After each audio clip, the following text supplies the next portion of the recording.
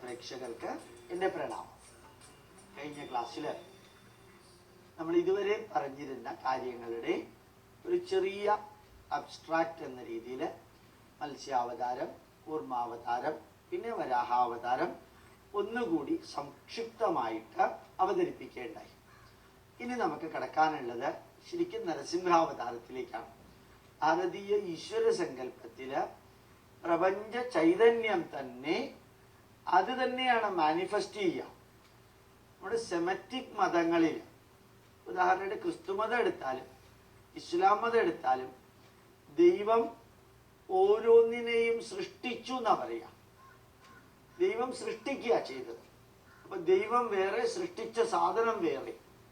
ഭാരതത്തിൽ അങ്ങനെയല്ല, ദൈവം തന്നെ അതായി തീരുകയാണ്. ശ്രീനാരായണ ഗുരുദേവൻ പറഞ്ഞത്, സൃഷ്ടിയും സൃഷ്ടികർത്താവും സൃഷ്ടിജാലവും സൃഷ്ടിക്കുള്ള സാമഗ്രിയായതും നീ തന്നെയാണ്. അപ്പൊ സാമഗ്രിയും എല്ലാം ഈശ്വരൻ തന്നെയാണ്. അഹം ക്രതുരഹം യജ്ഞം സ്വദാഹമഹമൗഷധം മന്ത്രോഹമഹമേവാജ്യം അഹം വന്യരഹം ഹുതം എന്ന് ശ്രീകൃഷ്ണൻ ഭഗവത്ഗീതയിൽ പറയുന്നുണ്ട്. ഈ പ്രപഞ്ചത്തിന്റെ തന്നെ അംശമായ പ്രപഞ്ച പുരുഷൻ ചൈതന്യമായ ഞാൻ തന്നെയാണ്. ഈ യജ്ഞവും ഞാനാണ്, ഹവിസ്സും ഞാനാണ്, അഗ്നിയും ഞാനാണ്, കത്തുന്ന പ്രക്രിയയും ഞാനാണ്, ഹോമിക്കുന്ന വ്യക്തിയും ഞാനാണ്, അഗ്നികുണ്ഡവും ഞാനാണ്. എല്ലാം ഒന്നാണ്. ബാക്കിയുള്ളതെല്ലാം മാനിഫെസ്റ്റേഷൻ ആണ്. ഒന്നിന്റെ മാനിഫെസ്റ്റേഷൻ. അവിടെ രണ്ടില്ല, ഒറ്റെണ്ണേ ഉള്ളൂ. ആ ഈശ്വരൻ തന്നെയാണ് മത്സ്യത്തിനെ സൃഷ്ടിച്ചതല്ല, മത്സ്യാവതാരമായി മാറിയത്. ഈശ്വരൻ പ്രപഞ്ച ചൈതന്യം തന്നെയാണ് കൂർമ്മമായി മാറിയത്. അത് തന്നെ വരാഹമായി മാറി. അപ്പൊ മഹാവിഷ്ണു അവതരിച്ചു എന്നാ പറയാ. അവ എന്ന വാക്കിന്റെ അർത്ഥം താഴത്തേക്ക്, അവ എന്ന വാക്കിന്റെ അർത്ഥം താഴത്തേക്ക്. താരം എന്ന വാക്കിന്റെ അർത്ഥം ജ്യോതിസ്വരൂപം. അവതാരം എന്ന് വെച്ചാൽ താഴത്തേക്ക് ഇറങ്ങി വരിക, അത് തന്നെയാ വരിക. ദൂരെ മാറി നിന്നുകൊണ്ട് മഹാവിഷ്ണു ഒരു വരാഹത്തിനെ ഉണ്ടാക്കുകയല്ല ചെയ്തത്. മഹാവിഷ്ണു വരാഹമായി മാറി.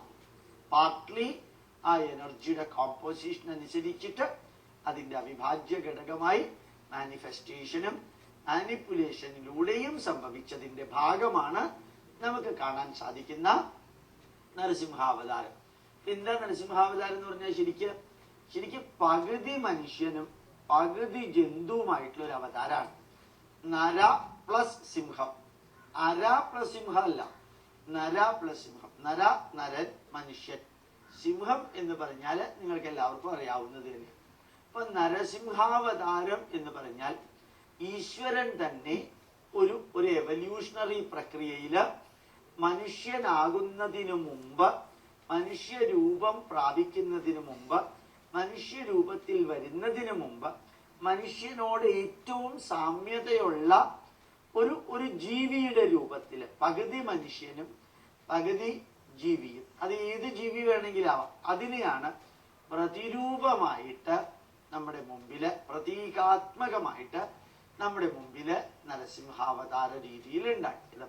അതിന് തന്നെ ഒരു കഥയുമുണ്ട്. പ്രഹ്ലാദൻ അച്ഛനായ ഹിരണ്യകശിപുവിനോട് പറയുകയാണ്, ഈ തൂണിലുമുണ്ട് ഈശ്വരൻ എന്നാ പറഞ്ഞത്. ഇതിന്റെ അർത്ഥം തന്നെ എന്താ? പ്രപഞ്ചത്തിൽ നിറഞ്ഞിരിക്കുന്ന ഒരു ചൈതന്യത്തെയാണ് നമ്മൾ ഈശ്വരൻ എന്ന് പറയുന്നത്. ആകാശത്തില് മേഘങ്ങളിൽ കൂടെ പോയി ഒരു സ്ഥലത്ത് ഇരിക്കുന്ന ഒരു ഈശ്വരനല്ല. അതൊക്കെ കഥയിൽ പറയുന്ന ഈശ്വരൻ. ഇവിടെ ഭാരതീയ ആത്മീയതയുടെ അടിസ്ഥാനപരമായിട്ടുള്ള ചിന്താധാര തൂണിലും തുരുമ്പിലും ഈശ്വരനുണ്ട്. ഇപ്പൊ തൂണിലുണ്ട്, തുരുമ്പിലുണ്ട്. അണോരണീയാൻ മഹതോ മഹീയാൻ ആത്മാഗുഹായാം നിഹിതോസ്യ ജന്തു.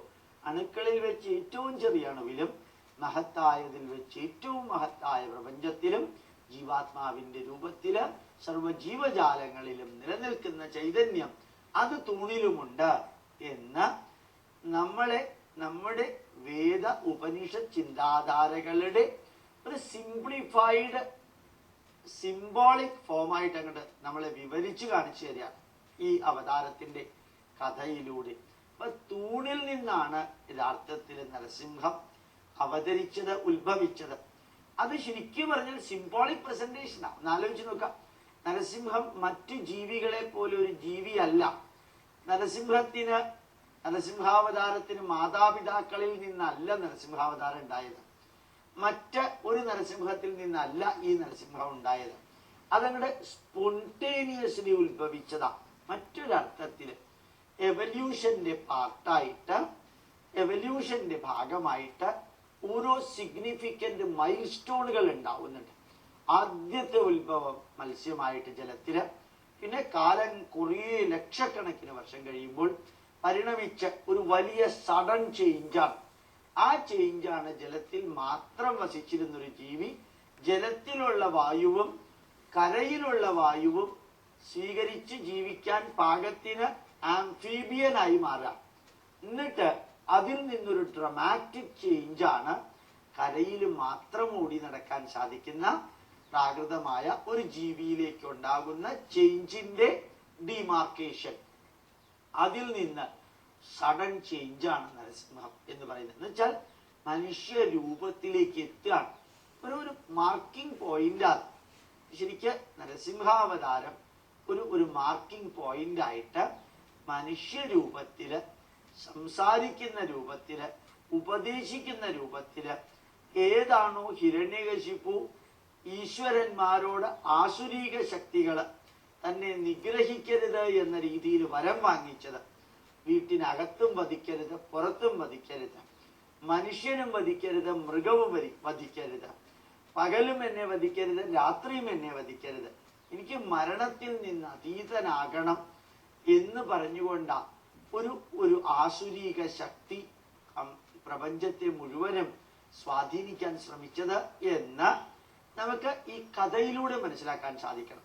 യഥാർത്ഥത്തില് ആ കഥയിലൂടെ പറയുന്നത് ആസുരീക ശക്തികൾ, ലൈറ്റ്നിങ്, സുനാമി, എർത്ത് ക്വേക്ക് തുടങ്ങിയ torrential blisters and blasters of sun, സൂര്യനിൽ ഉണ്ടാകുന്ന പൊട്ടിത്തെറികൾ, ഇതെല്ലാം ആസുരിക ശക്തികളുടെ പ്രസന്റേഷനാണ്.